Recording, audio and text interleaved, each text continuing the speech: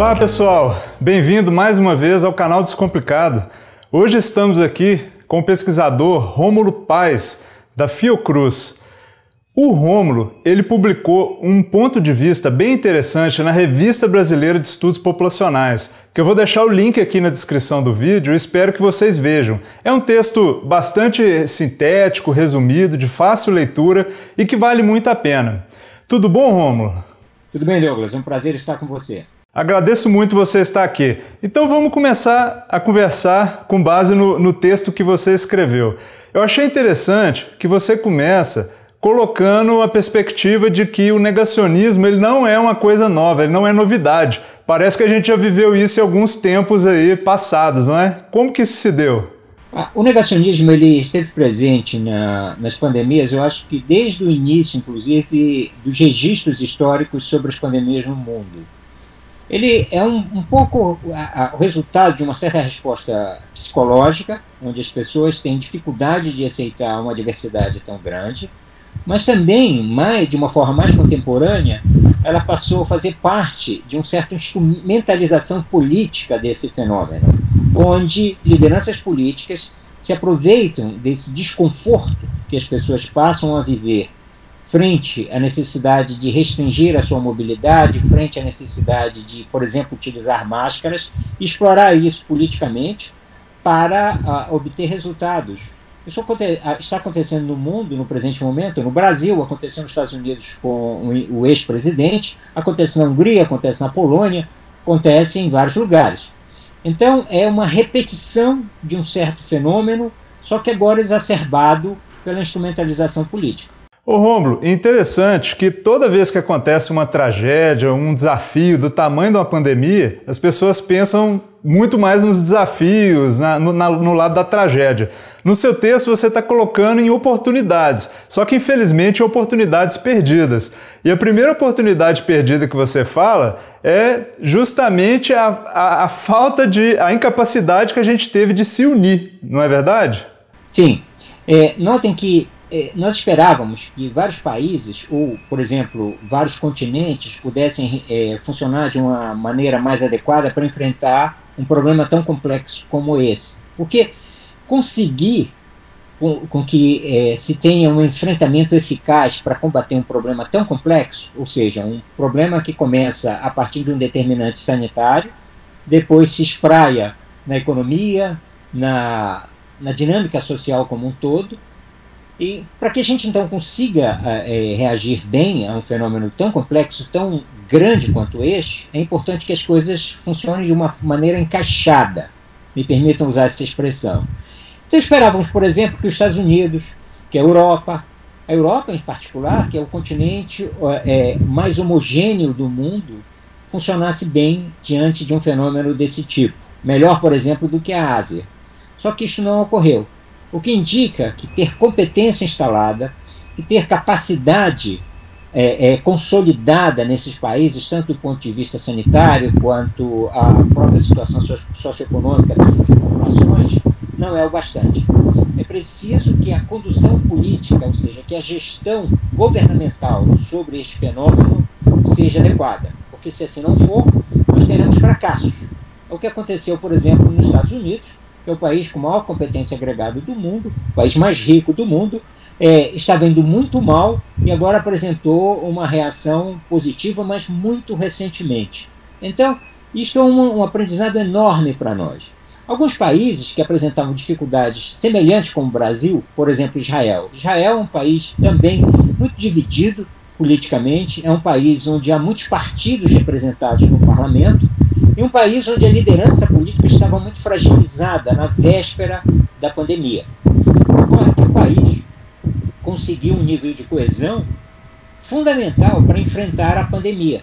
E agora, com uma vacinação massiva, a mais rápida no mundo, já tem resultados muito positivos e apresenta o país, por exemplo, já saindo desta grande crise. Então o Brasil também poderia, mesmo num contexto de divisão política, mesmo num contexto de um governo fragilizado, ter feito escolhas positivas para enfrentar a pandemia. Infelizmente não fez isso e agora nós temos uma situação agravada, numa das piores situações do mundo. Ô Rômulo, e interessante porque na história o Brasil já se uniu para vencer desafios.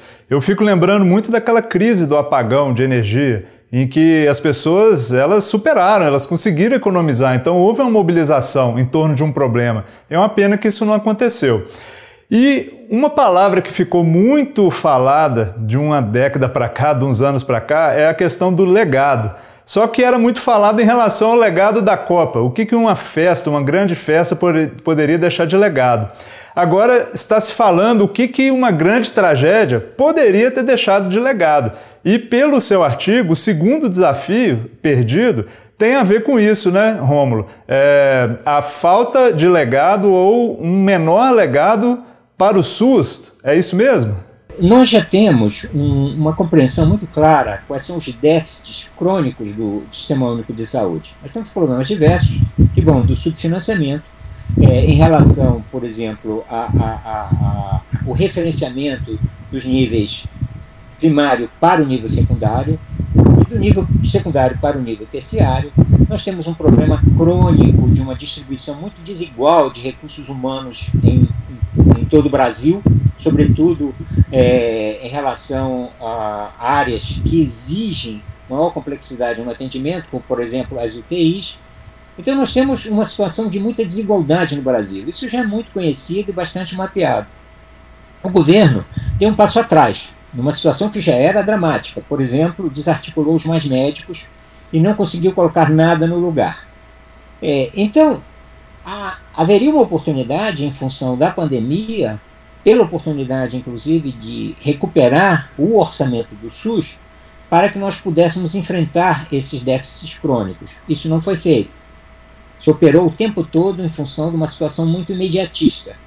O que implica que, ao final desta pandemia, nós deveríamos sair com o SUS mais fortalecido. Entretanto, como não se operou nessa direção, nós vamos restituir ao SUS ao ponto fragilizado que ele se encontrava antes da pandemia. Isto é um legado ruim nesse sentido. Veja que, por exemplo, quando nós tivemos há 100 anos atrás a gripe espanhola, um dos legados importantes dela é que 10 anos depois nós tivemos a criação do primeiro Ministério da Saúde no Brasil, porque no tempo da gripe espanhola nós tínhamos apenas um departamento dentro do Ministério do Interior, Departamento de Saúde Pública. Então, portanto, o país precisava aprender mais com essa experiência tão trágica. E, infelizmente, isso não está ocorrendo. Nós estamos um pouco parecido com aquela frase do Tocqueville a respeito da elite francesa, no tempo da Revolução Francesa, que diz: não aprenderam nada e não esqueceram nada. É uma pena. E um terceiro elemento que você coloca como discussão, em termos de perda de oportunidades, seria que o governo mobilizou muito dinheiro público investido na questão social e econômica. E esse dinheiro público ele foi investido da melhor forma possível, Rômulo? Veja que o investimento público ele era necessário. Os países, no geral, se endividaram. O Canadá, a situação hoje da dívida pública do Canadá é de 300% do PIB canadense. O Brasil é 100%. Os países, então, fizeram um investimento superior ao que foi feito na Segunda Guerra Mundial. A questão é como fazer esse investimento. Então, o Brasil, como nunca teve, neste momento, uma política organizada e coordenada, fez um investimento que, embora vultoso, não foi suficiente para ter um impacto positivo no controle da doença. Vejam, por exemplo, que em relação ao auxílio emergencial, que era necessário, nós tivemos um investimento de 223 bilhões de reais. A gente às vezes fica muito perplexo com esses valores, bilhões, etc. Mas é assim mesmo. O orçamento público ele é muito grande, nós somos um país muito grande. O que nós deveríamos esperar é que este recurso viesse articulado com as medidas de proteção contra a doença. Afinal, um dos elementos que é essencial para que as pessoas fiquem em casa, que as pessoas evitem uma circulação desnecessária no espaço urbano e desta forma não propaguem a doença, um elemento essencial é que elas tenham conforto financeiro. Então, o que se fez no Brasil? Se fez um investimento desarticulado das medidas de proteção, Em certa medida, houve até um discurso antagônico, por parte, inclusive, do presidente, combatendo a necessidade da restrição de mobilidade, combatendo, inclusive, em alguns momentos, até o mesmo uso de máscaras. Então, esta ação descoordenada levou uma grande confusão na interpretação por parte da população do sentido dessa proteção reforçada em relação à situação financeira da população. Como consequência, nós tivemos um investimento considerável, compatível com um país do porte do Brasil, compatível com um país que tem uma economia do tamanho da que nós temos, mas muito pouco eficaz para reduzir a infecção, muito pouco eficaz para reduzir os casos graves e os óbitos. Então, nós estamos numa situação onde nós investimos muito, e era necessário que fizéssemos isso, ou seja, o gasto público foi muito expressivo, mas os resultados no combate à pandemia foi um fiasco. E é verdade. A gente percebe que esse investimento, ele muitas vezes chegava atrasado. As pessoas já estavam sem saber o que fazer há mais de um mês e meio, 2 meses, e não foi uma coisa pensada assim, olha, um investimento para você ficar em casa, para você se cuidar, para cuidar da sua família. Foi realmente uma coisa descoordenada. Agora, uma quarta oportunidade perdida, a quarta e última oportunidade que a gente vai falar aqui, que infelizmente a gente perdeu, foi a oportunidade de ter comprado vacina na hora adequada, né, Rômulo? É isso mesmo? Olha, nós tivemos 11 ofertas de vacinas no ano passado. Nós, em agosto, já sabíamos quais eram as apostas mais promissoras. Se fez uma aposta positiva em relação à vacina que estava sendo desenvolvida pela Universidade de Oxford com a AstraZeneca, e aí criando uma linha de produção na Fiocruz. A Fiocruz, então, passou um processo de apropriação dessa tecnologia, o que foi muito positivo. Uma outra iniciativa no Butantan envolvendo a vacina Coronavac, que também foi positivo, mas faltaram outras vacinas.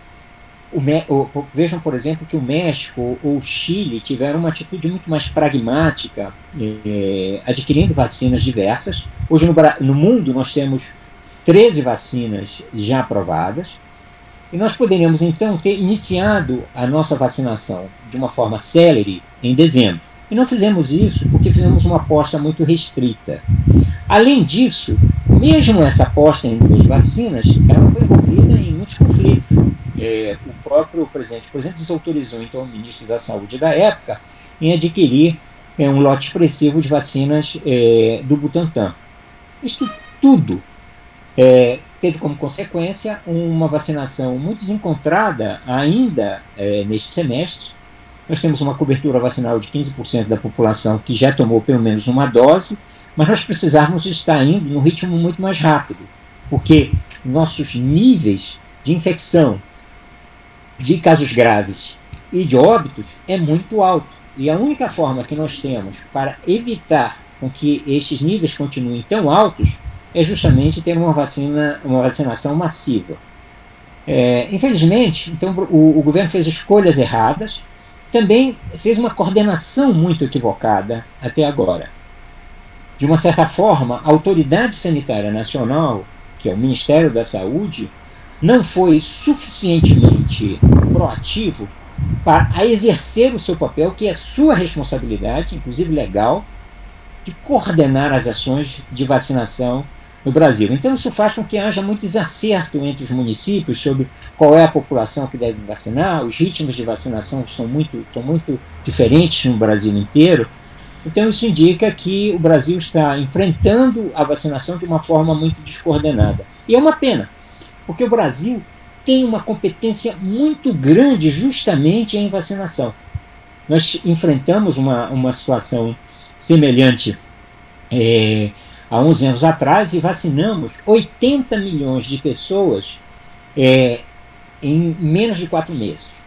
Então, nós poderíamos repetir essa performance porque temos capacidade instalada, temos experiência nesse sentido, poderíamos estar fazendo a mesma coisa agora. Novamente, nós temos uma descoordenação e perdendo a oportunidade, inclusive, de resolver esse problema mais rapidamente. Ô Rômulo, e dito tudo isso, perdendo todas essas oportunidades, o que vem pela frente? A gente pode ficar com esperança em relação aos próximos meses ou ao próximo ano? Ou temos muitas razões para ficar cada vez mais e mais preocupados? Qual que é a sua opinião? O que vem pela frente? O que ocorre é que nós temos ainda um período muito complicado para enfrentar até mais ou menos agosto deste ano. Esta é a minha avaliação. Nós estamos rapidamente retornando à maior circulação no espaço urbano. Não deveríamos estar fazendo isso, deveríamos ser mais cautelosos, mas o que acontece é, na medida em que a gente consegue controlar minimamente o número de casos e, sobretudo, o número de ocupação de leitos hospitalares, imediatamente os municípios começam a flexibilizar. Então, portanto, nós acabamos fazendo com que o retorno às atividades se dê ainda em um patamar muito alto de circulação do vírus, o que faz com que a gente estabilize esta curva num nível ainda muito alto. Depois, novamente, quando ela começa a subir, ela já começa a subir num patamar muito alto. Então esse é um grande desafio. Um segundo problema é que numa situação de descontrole, a possibilidade de surgir novas variantes é muito grande. Esse é o lado difícil. O lado positivo é que nós temos um crescimento da produção de vacinas e a possibilidade de vacinar mais pessoas num ritmo maior agora no mês de maio. Isso ocorrendo maio, junho e julho, nós podemos aumentar bastante a nossa cobertura vacinal e começar a sentir os efeitos dela. Então, portanto, nós temos que, digamos assim, ficar de olho em dois relógios. O relógio da vacinação, da velocidade da vacinação, e o relógio dos níveis de infecção que nós estamos observando no Brasil inteiro. Felizmente, nós temos um sistema único de saúde, que apesar de todas as dificuldades, tem sido fundamental para proteger a população e atender a população acometida pela doença. Então, portanto, ainda que nós tenhamos apresentado muitos problemas, eles poderiam ser piores se não tivéssemos este legado que foi construído em décadas anteriores. Então, o Brasil agora vai vivenciar o seu momento de definição. O próximo trimestre ele é decisivo, onde essas duas forças, digamos assim, se enfrentarão. Eu espero que nós tenhamos, a partir de setembro, uma situação muito mais favorável. Agora, como eu digo no início do artigo, este inventário de fracassos no Brasil tem sido uma tarefa inacabada.